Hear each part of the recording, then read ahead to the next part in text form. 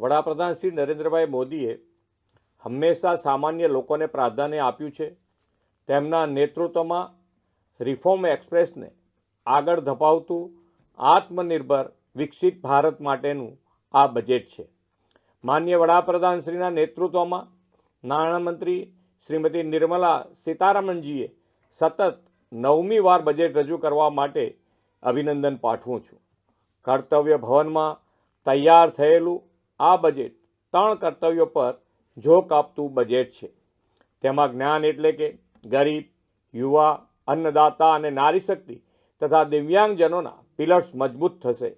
આ 3 કર્તવ્યોમાં સમાજના બધા જ ક્ષેત્રોને અને દરેક વર્ગને સૌના સાથ, સૌના વિકાસના મંત્રથી આવરી લેવાનો ખૂબ જ સરાહનીય અભિગમ રાખવામાં આવ્યો છે.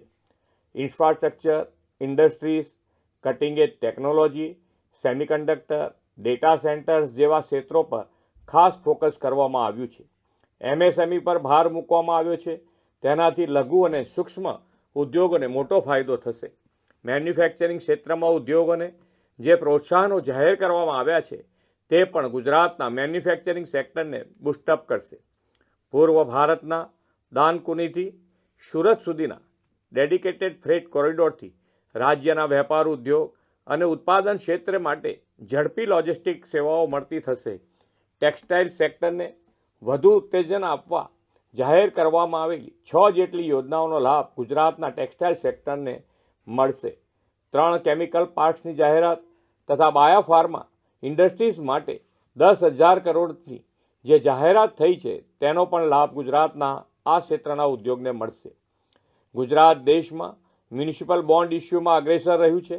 આ બજેટમાં મ્યુનિસિપલ બોન્ડ માટે જે પ્રોત્સાહન જાહેર થયા છે તેનો લાભ ગુજરાતની મ્યુનિસિપાલિટીઝને પણ મળશે. 5 લાખથી વધુ વસ્તીવાળા ટિયર 2, ટિયર 3 શહેરોને સિટી ઇકોનોમિક રિજિયન બનાવવાની જાહેરાતથી રાજ્યના નાના શહેરોનો સુગ્રથિત વિકાસ વેગવંતો બનશે. જામનગરમાં ગ્લોબલ ટ્રેડિશનલ મેડિસિન સેન્ટરને અપગ્રેડ કરવાની જાહેરાતથી પરંપરાગત ઔષધિઓના સંશોધનનો વ્યાપ વિશ્વભરમાં થશે. લોથલ અને ધોળાવીરાનો દેશની 15 પુરાતત્વ વિરાસત ક્લસ્ટર ટુરિઝમ ડેવલપમેન્ટમાં સમાવેશ થયો છે. તેનાથી પ્રવાસન દ્વારા ગુજરાતમાં વિરાસત બી, વિકાસ બીનો અભિગમ સાકાર થશે.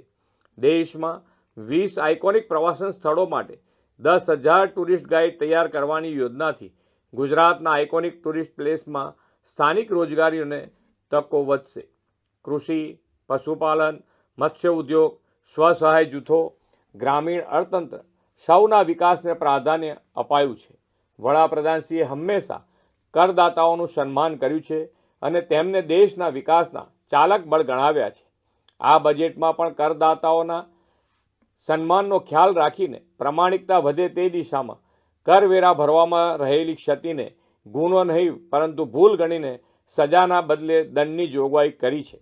સમગ્રતા આ બજેટ સર્વસમાવેશી, સર્વસ્પર્શી અને સામાન્યમાં સામાન્ય માનવી સહિત સૌના સર્વગ્રાહી વિકાસ, કલ્યાણ અને આત્મનિર્ભર વિકસિત ભારત માટેના તેમના યોગદાનને વધુ પ્રેરણા આપતું બજેટ છે.